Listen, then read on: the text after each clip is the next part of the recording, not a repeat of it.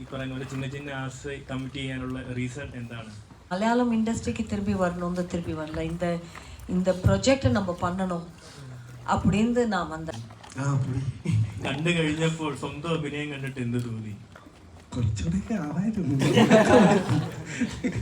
ഇടയ്ക്ക് എവിടെയൊക്കെ ബ്ലാങ്ക് ആയിപ്പോയി, അവിടെ കൂടെയൊക്കെ ഒന്ന് മാറ്റി ചെയ്യായിരുന്നു എന്നൊക്കെ തോന്നി. ജാഫർ ബ്രോ, ഇപ്പം ബ്രോ നമ്മൾ കണ്ടിട്ടുള്ള സിനിമകൾ നോക്കിക്കഴിഞ്ഞാൽ ഇച്ചിരി കൊമേഴ്ഷ്യൽ ആയിട്ടുള്ള അല്ലെങ്കിൽ ആക്ഷൻ ഓറിയൻറ്റഡ് ആയിട്ടുള്ള സിനിമകളുടെയൊക്കെ ഭാഗമായിട്ടാണ് ബ്രോയെ കണ്ടിട്ടുള്ളത്. ഇതിലേക്ക് വരുമ്പം ഇച്ചിരി ഗ്രൗണ്ടഡ് ആയിട്ടുള്ള അല്ലെങ്കിൽ ഫീൽ ഗുഡ് ആയിട്ടുള്ളൊരു ഫിലിമാണ്.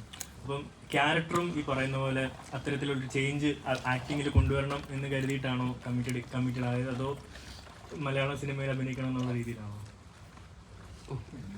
സാർ എന്താ ഉങ്ങളുടെ ப்ரீவியஸ் ஃபிலிம்ஸ் பார்த்தா ரொம்ப ரோவா അല്ലെങ്കിൽ ആക്ഷൻ ഓറിയൻറ്റഡ് ആയിട്ടുള്ള ഫിലിം தான் பண்ணிட்டு இருந்தேன். ഇപ്പോൾ ഇതിൽ വരുമ്പോൾ ചിന്നതാ അല്ലെങ്കിൽ ഒരു ഗ്രൗണ്ടഡ് ആയ ഒരു ഫിലിം தான் ഇത്, ഫീൽ ഗുഡ് ആണ് ഒരു ഫിലിം.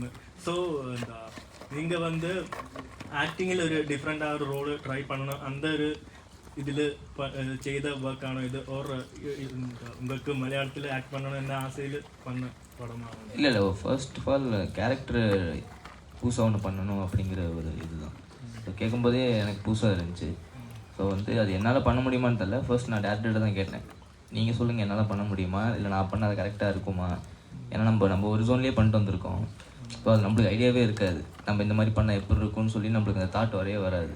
ஸோ அவங்ககிட்டே நான் கேட்டேன், நீங்களே சொல்லுங்கள் உங்களுக்கு ஓகே அப்படின்னா, நீங்கள் கான்ஃபிடென்ட்டானா நான் வரேன் அப்படின்னேன். ஸோ அவங்க வந்து இல்லை எனக்கு நீங்கள் பண்ணுவீங்க நம்பிக்கை இருக்குது, பண்ணால் புதுசாக இருக்கும்னு ஃபீல் ஆகுது அப்படின்னாங்க.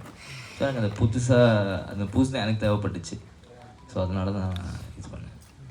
മധുമേം ഇപ്പം മലയാളത്തിൽ കുറേ ഗ്യാപ്പിന് ശേഷമാണ് അഭിനയിക്കുന്നത്. അപ്പം എന്തുകൊണ്ടാണ് ഈ ഗ്യാപ്പ് വന്നത്, അതോ അല്ലെങ്കിൽ ഈ പറയുന്ന പോലെ ചിന്ന ചിന്ന ആശയ കമ്മിറ്റ് ചെയ്യാനുള്ള റീസൺ എന്താണ്? What made the gap in between Malayalam film industry and also what made you to commit this film? What made me come வந்து இந்த மாதிரி ரோல் ஆஃபர் ஆச்சுன்னா நம்ம எங்கே வேணாலும் போய் ஒர்க் பண்ணலாம். இந்த மாதிரி ரோல் வந்து இது வந்து லாங்குவேஜ்க்கு பியாண்ட், இது தமிழ், கன்னடா, தெலுங்கு, ஹிந்தி அப்படி கிடையாது. இந்த ரோல் அண்ட் இவ்வளோ அமேசிங்கான பீப்புள் கூட வந்திருக்காங்க. இந்த ரோல்க்காக நம்ம எங்கே வேணாலும் பண்ணலாம். That made me come back.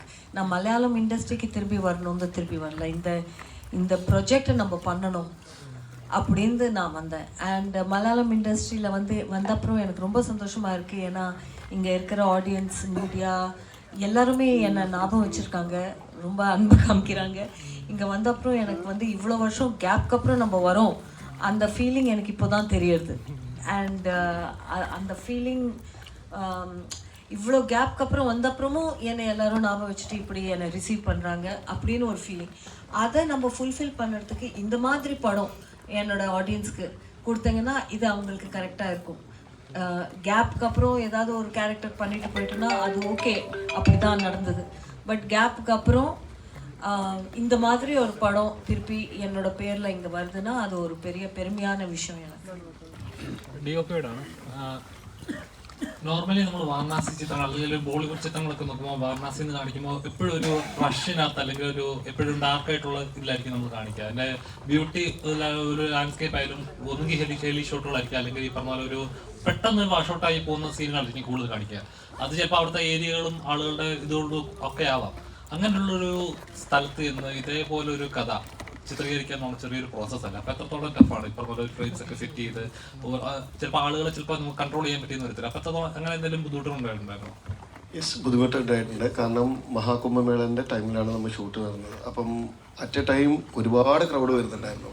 അപ്പോൾ ഈ ഒരു സമയത്ത് എനിക്ക് താങ്ക്സ് പറയാനുള്ളത് നമ്മുടെ പ്രൊഡക്ഷൻ ടീമിൻ്റെ അടുത്താണ്.